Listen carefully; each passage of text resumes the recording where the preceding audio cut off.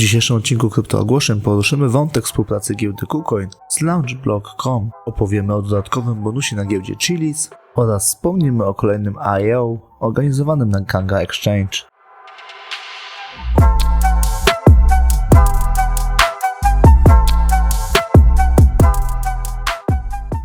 Witam Was serdecznie na kanale KryptoOgłoszeń, przed nami kolejna dawka informacji. Jeżeli materiał uznacie za wartościowy, zachęcam do lajka, subskrypcji, komentarza. Ja tylko jeszcze przypomnę, że nie znajdziecie tutaj porad inwestycyjnych, bo takie należy udać się do specjalisty. My tylko wyrażamy nasze subiektywne zdanie, tak więc nie przedłużając, zaczynajmy. Binance zauważa, że portfele kryptowalutowe takie jak Trust Wallet zapewniają użytkownikom pełną kontrolę nad ich aktywami kryptograficznymi. W przypadku takich portfeli użytkownicy mają wyłączny dostęp do swoich kluczy prywatnych. Dzięki takiemu rozwiązaniu portfele te są wysoce bezpieczne do przechowywania kryptowalut. BitKeep ogłasza nawiązanie partnerstwa ze Skiff. Nowy partner BitKeep oferuje usługę Skiff Mail. Usługa ta obejmuje kod open source oraz ochronę prywatności danych. Możliwość uzyskania spersonalizowanego adresu e-mail nazwą domeny BitKeep została opisana w artykule załączonym do tweeta.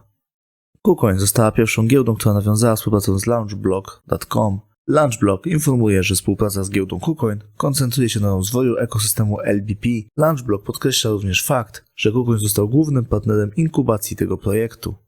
Giełda Rango jest bardzo podekscytowana możliwością ogłoszenia przeprowadzonej integracji z siecią Axelar. Dzięki tej integracji Rango odblokowało kolejny poziom decentralizacji.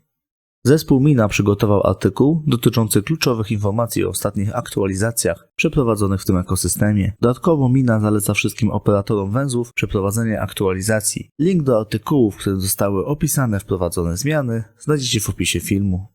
Chiliz zaprasza do wspólnego rozpoczęcia przygotowań do zbliżających się Mistrzostw Świata. Pierwszych 500 osób, które zarejestruje się i dokona zakupu lub sprzedaży na giełdzie Chiliz za minimum $50 otrzyma za darmo fan token reprezentacji Argentyny oraz Portugalii. Kanga zapowiada start kolejnego IO. Najpierw wspomniana giełda przeprowadziła akcję buyback swoich tokenów. Kanga odkupiła z rynku tokeny o wartości $1 miliona.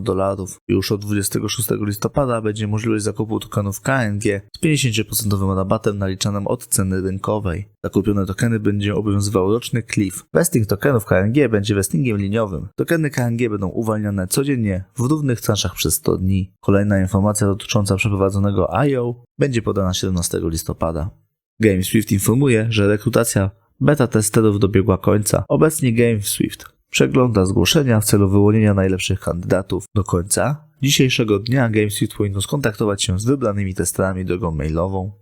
Xandar ogłasza nawiązanie sojuszu strategicznego z Aid Finance. Aid Finance to platforma edukacyjna połączona z grą, która pomaga użytkownikom zrobić pierwszy krok w świecie kryptowalut. Testnet Venue One wkrótce dobiegnie końca, wtedy też nastąpi start mainnetu. Venue One zachęca do zapoznania się z poradnikiem wideo, który ułatwi użytkownikom przygotowanie się do oficjalnego startu. Projekt Omni został zintegrowany z Ledgerem. Ta integracja miała zapewnić użytkownikom Omni najlepszą w swojej klasie gwarancję bezpieczeństwa. Omni nie tylko zapewnia najłatwiejszy i najszybszy sposób wykonywania transakcji w Web3, ale także sprawia, że wykonywanie tych transakcji jest bezpieczniejsze niż kiedykolwiek wcześniej. Synapse zwraca uwagę, że ich projekt nie jest tylko launchpadem. Synapse pomaga również projektom na różnych etapach rozwoju osiągnąć określone cele biznesowe i pozyskiwać kapitał. Jako przykład działalności Synapse w załączonym do tweeta artykule został przedstawiony przypadek związany z pomocą projektowi MetaFighter. Link do tego artykułu został załączony do tweeta.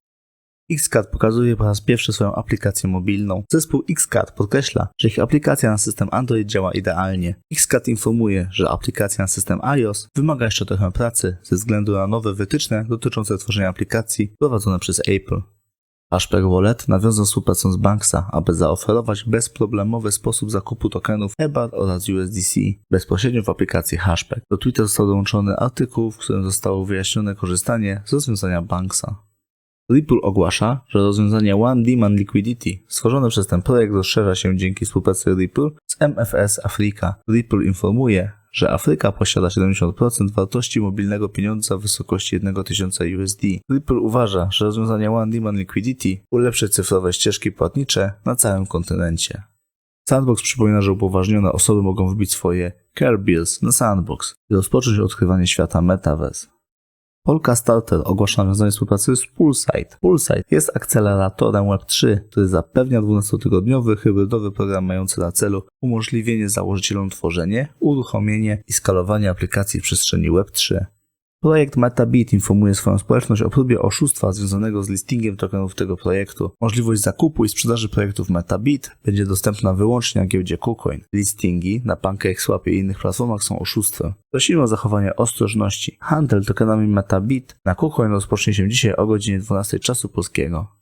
Nowy Citroen C3 został zaprezentowany w Argentynie. Wersja First Edition jest powiązana z personalizowaną grafiką NFT.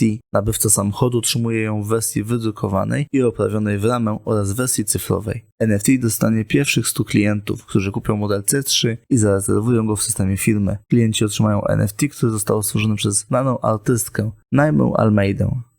Rzecznik Visa w rozmowie z Cointelegraph potwierdził, że firma Visa rozwiązała swoje umowy z FTX. Tym samym został zamknięty program kart płatniczych związanych z tą giełdą. Program został zamknięty zaledwie miesiąc po tym, jak Visa ogłosiła partnerstwo z FTX w celu wprowadzenia na rynek kart płatniczych w 40 krajach na całym świecie. Visa zdecydowało się na zamknięcie programu przez problemy dotyczące niewypłacalności i bankructwo FTX.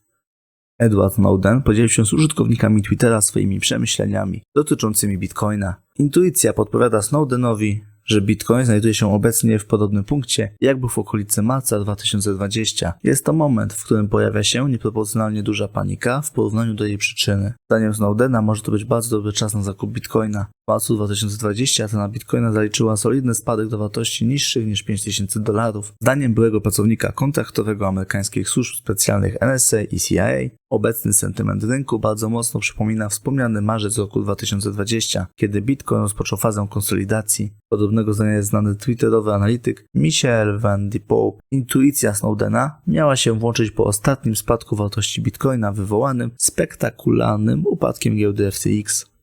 Nike ogłosiło powstanie platformy Web3 o nazwie Swoosh. Nike ma zamiar wykorzystać stworzoną platformę do promocji wirtualnych butów i innych produktów dla świata Metaverse. Platforma Swoosh jest obecnie w fazie testów beta. Pierwsza kolekcja ma ukazać się w przyszłym roku. Członkowie społeczności Nike wkrótce będą mogli nosić ubrania i buty stworzone przez tą firmę w świecie Metaverse. Elon Musk jest nadal pozytywnie nastawiony wobec Bitcoina oraz Dogecoina, pomimo wyprzedaży na rynku kryptowalut spowodowanej niedawnym bankructwem giełdy FTX. Po zakończeniu kryptowalutowej zimy Musk wierzy, że istnieje przyszłość dla Bitcoina, Ethereum oraz Dogecoina. Zdaniem Muska kryptozima może jeszcze trochę potrwać, ale Bitcoin sobie poradzi. CEO Tesla, SpaceX i Twittera skomentował w poniedziałek przyszłość cyfrowych aktywów, odpowiadając na pytanie użytkownika Twittera o to, gdzie będzie cena Bitcoina w kolejnym roku, biorąc pod uwagę fakt, że cena Bitcoina spadła z poziomu $69,000 i obecnie porusza się poniżej poziomu 17,000. Miliarder odpowiedział, że Bitcoin sobie poradzi, jednak potrzeba czasu. Komentarz Muska mógł przyczynić się do minimalnego wzrostu ceny Bitcoina. Musk wielokrotnie powtarzał, że Bitcoin jest świetnym magazynem wartości. Pomimo sprzedaży kryptowaluty przez Teslę, CEO spółki podkreślił, że będzie w przyszłości otwarty na ponowne zakupy tokenów BTC. Kanadyjski inwestor Kevin O'Leary nie kryje swoich negatywnych emocji, komentując upadłość giełdy FTX, w której posiadał ogromne udziały. Kevin O'Leary zapowiada, że zamierza czym prędzej lecieć do Waszyngtonu i żądać natychmiastowej regulacji kryptowalut. Z kolei Mark Cuban twierdzi, że sektor jest wystarczająco uregulowany, a ostatni krach nie jest niczym nowym w świecie globalnych finansów i przypomina sytuację Long Term Capital czy Savings and Loan. Kevin O'Leary posiada znaczne udziały oraz miał zostać ambasadorem i rzecznikiem upadłej giełdy kryptowalutowej. O'Leary niedawno poprosił także, aby jego wynagrodzenie było wypłacane w kryptowalutach i zarządzane za pośrednictwem platformy FTX. O'Leary jest wściekły na Alameda Research oraz sama Bankmana-Frieda. Wciąż jednak pozostaje ogromnym zwolennikiem technologii blockchain i zamierza kontynuować swoje inwestycje. To tyle z informacji, które dla Was dzisiaj przygotowaliśmy. Jeżeli materiał uznacie za wartościowy, zachęcam do lajka, subskrypcji, komentarza. Dziękuję Wam za uwagę i życzę miłego dnia bądź wieczoru. Cześć!